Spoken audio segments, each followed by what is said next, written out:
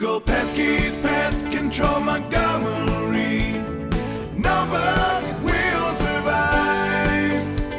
Call 334-595-9055. Hello and welcome to another edition of the Peskies Pest Control Podcast right here in Montgomery, Alabama with your hosts, Travis and Michael. We do this podcast as a community service for the river region. This includes Montgomery, Prattville, Millbrook, Wetumpka, Pike Road, Auburn, and any other surrounding areas for people just like you. Hey, and thanks for listening to the Peskies Pest Control Podcast. I'm Michael, and we've got Travis here, and we are going to be talking about the fire-stinging insect that is in your front and backyard that creates unsightly mounds and just causes lots of problems. Travis, what are we going to talk about today? Well, fire ants, just to put it blatantly for everyone. Fire ants is the scourge of most people's lawns, sometimes the scourge of the structure that, you live in. They range everywhere from, East Coast to West Coast and, as far up as, say, Virginia and down towards Florida. So, they're very wide area that they live in, and that means that, a large amount of people, across the globe are affected by these insects. 100%. They've come in from boxes over centuries from other countries. I would say just like any other pest that we have in the United States, it came from Asia. Yeah, so actually I was reading about that, and they believe that I think the red imported fire ant was actually originally from Brazil. Brazil. Mm-hmm. Okay. I know other ants have come in from Asian areas and all the shipping containers and all that. So another fun fact about fire ants, they are called fire ants because when they bite, it is like fire. It feels like fire. Yeah, instantly when you get hit by one. It's not some delayed thing. It's instant pain, and I think it's estimated that 1% to 2% of the population in the United States is actually allergic to fire ants, which when you think about the population of the United States, 1% to 2%, that's a pretty decent sized chunk. So I'm glad you brought that up. So a couple months ago, we were gardening in the backyard, and I turn around and see my 2-year-old rolling around in the grass. Well, he was covered in fire ants from about feet to waist. So ripped his clothes off, hosed him down. He was probably stung. It's funny, I was about to say bit, and that's something else we were going to talk about too. But he was stung about, I would say, 20 something times. Monitored him for any kind of anaphylaxis or anything like that. Did not have any issues, thankfully. But yeah, they can definitely be a safety concern. My brother has a similar story. When he was around the same age, he actually sat on top of a fire ant mound accidentally, and to this day, even as an adult, in his late 30s, he is still allergic to them. If he gets stung by a fire ant, he swells up in the site of the sting, and so yeah, that one encounter as a child still lingers with him even as an adult today. Well, my son loves ants now. He tries to find them wherever he can. He hasn't been stung again, so we'll see how that goes. But I certainly hope he's not in the same boat as your brother. So let's talk about what to look for. Like what are fire ants compared to other ants, color wise? So you're looking for more of a yellowish, reddish, brownish color. And of course the mounds. So where they nest is going to be those unsightly mounds, like we talked about. I've got one right now popping up in my driveway, between the cracks and crevices of the driveway. Leaf debris, rock debris, anything that can kind of give them a good harborage area. Yeah, they will shelter up under things too. And here's the crazy part. People may not realize just how big of a problem and how invasive these insects actually are. But to put it into perspective, those properties that have a significant problem can actually have upwards of 30 to 100 mounds per acre. So that's a significant amount of ants when you consider that the average colony size for a decent sized ant colony, and remember 30 to 100 mounds, so potential colonies per acre, and a colony size of 80 to 250,000 per colony of ants. And that's one queen colony. Right.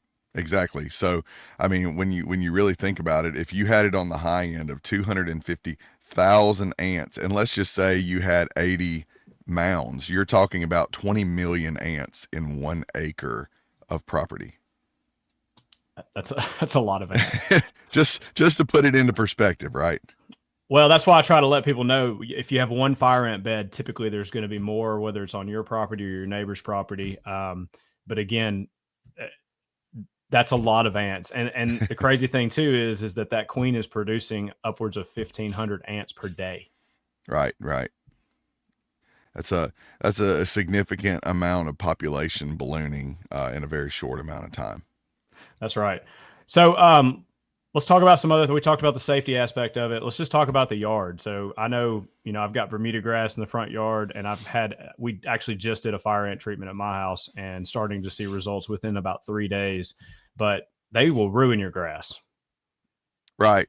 Especially if those people who really take a lot of time and effort on their lawns, that you may have a fertilization or a weed and feed treatment that you do, or that you have someone come out and do on a regular basis. And so, you pay to have a nice lawn. You want to enjoy that lawn in your outdoor areas. And then you have something that comes and just constructs this big, huge mound of, dirt or sand. And then it, of course, leaves a dead spot in your yard. And then other problems with them too. I mean, they can also destroy vegetation. If you have, plants and different things, they can also be detrimental to that too. And I think it's estimated that fire ants have an actual economic impact of, I want to say it was like $6 billion per year, from damage and treatment costs total was like $6 billion. Well, I mean, they have the ability to chew on wires. I mean, if they want to, electrical wires, that's another, one of the biggest routes we see as far as a building is that AC line going into the building, or those electrical lines, and they just follow that path to least resistance. And then they're in your home or your building. Well, and not only that too, I had a customer that not long ago called us in reference to fire ants, because they ended up having a mound, that destroyed their air conditioner unit. They had to have things replaced inside. And what happened was, when these ants get inside of these air units and these electrical components of different, like I said, not even just air units, but different products, they may contact some sort of electrical contact, which inflicts a shock on the ant. And that causes the ant to release like an alarm pheromone or an attack pheromone. And then it just brings more ants. So then you have this huge cluster of ants that are attacking this electrical component that shocked the ants in the first place. And they can just cause extreme damage, even up to the point where you might have to replace components of a unit or a whole unit, which can cost thousands and thousands of dollars for a homeowner. I'm glad you brought that up, because, same with the calling each other with the pheromones, they do the same with stinging. So that's why in that story with my son, he got stung 20 times, because when one ant stung him, they all released a chemical response to sting at the same time. Right. So, I mean, with allergic reactions, a lot of people may not realize this. They may say, oh, well, I've been stung by ants, stung by wasps, stung by whatever X amount of times throughout my life. I've never had a problem, but you can be stung by something 99 times, just as an example, and never have a reaction. But that next time, that 100th time, may be the time when your body no longer has the ability to withstand that, that foreign body from a sting anymore. And then, that can lead to an allergic reaction. 100%. Well, we always talk about on this podcast as far as helping people and things that they can do themselves. But I personally would not recommend doing a fire ant treatment yourself. I've heard so many customers tell me that they get that, white powdery stuff from the big box store, and 2 weeks later, they've moved over into the left-hand side of the yard where they were in the right-hand side of the yard. Absolutely. DIY is great. I DIY a lot of different things.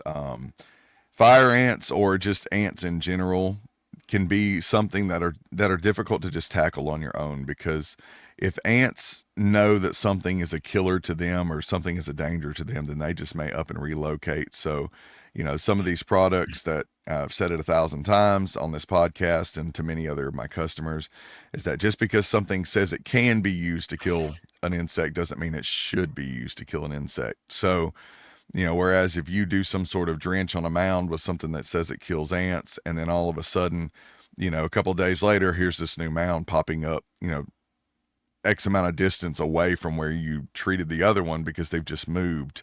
So there's a lot more to it than just dumping on something on top of a mound or on a group of ants that says it kills them.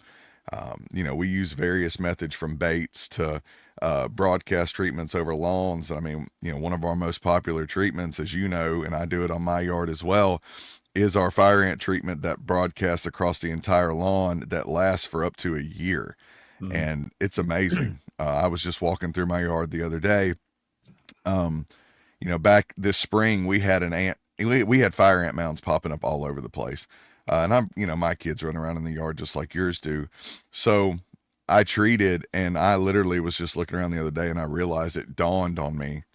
There's not a single mound anywhere in my yard anymore. And that's amazing.